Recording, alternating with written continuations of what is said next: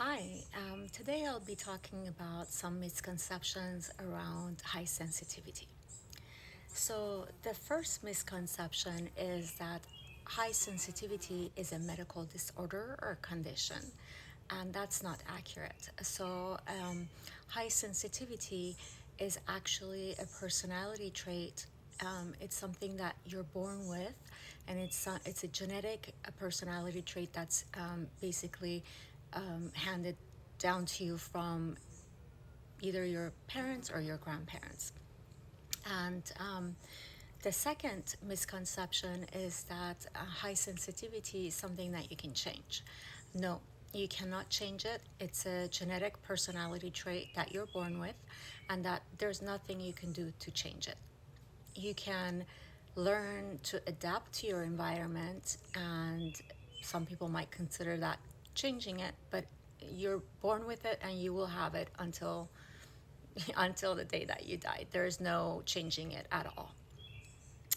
And then the third misconception is that high sensitivity is only a trait that introverts have. And it's actually, there have been scientific studies that have been performed, and based on those studies, 70% of high sensitivity is are introverts, and 30% of highly sensitive people are extroverts.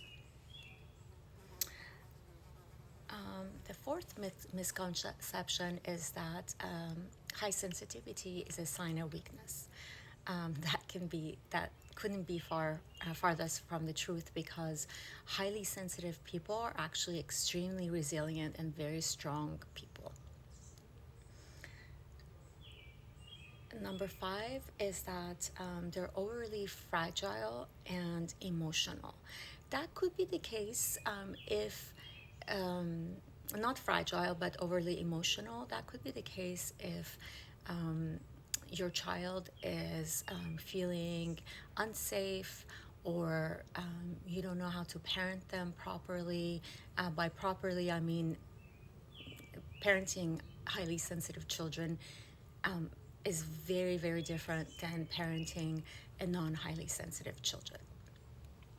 So, if they're dysregulated, they could be overly emotional, but through proper parenting and through teaching your child some tools that they could use to regulate themselves, they will be able to stay regulated, or even if they get emotional, they'll be able to figure out, okay, I'm emotional right now, something has triggered me, and but I have tools that I could regulate myself with. And the sixth one is that highly sensitive children are shy. And that's not the case. It's possible that they're shy, but it's not because of their high sensitivity that they're shy. And number seven is highly sensitive children are very picky and overreacting.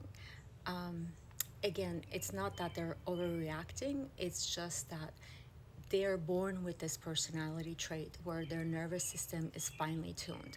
And therefore, to you, it might feel like they're overreacting, but to them, they're actually feeling these feelings. So, if, for example, my dad thought I was overreacting when he would jingle his coins in his pocket, and it would just drive me crazy.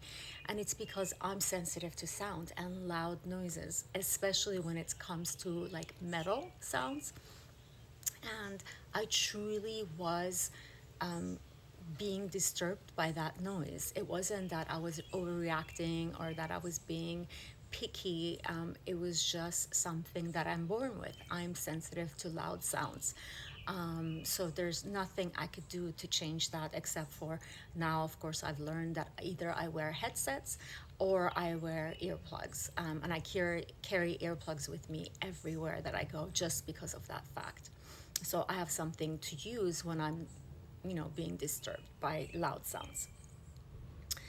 And number eight is highly sensitive children are antisocial. Actually, it's not, if they are antisocial, has nothing to do with the fact that they're highly sensitive.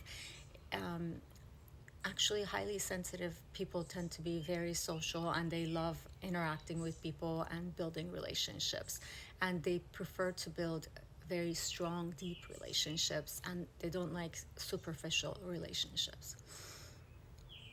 And then number nine is, high sensitivity is a new age thing, or it's a niche concept, and that's not the case. High sensitivity has been studied, for more than 32 years, and there's a lot of research done, especially by my favorite person who's done a lot of research on this topic is, Dr. Elaine Aron. And I have read all her books, I've attended her workshop, and she has done extensive research on this topic. And it's definitely not a new age thing or a niche thing. It's been around for over 32 years. The concept of it has been around. I'm sure the high sensitivity has been around for more than that, but it was just not discovered until about 32 years ago.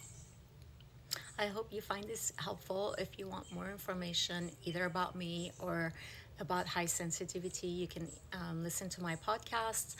It's on all platforms, or you could go on to my website, which is parentinghsc.com.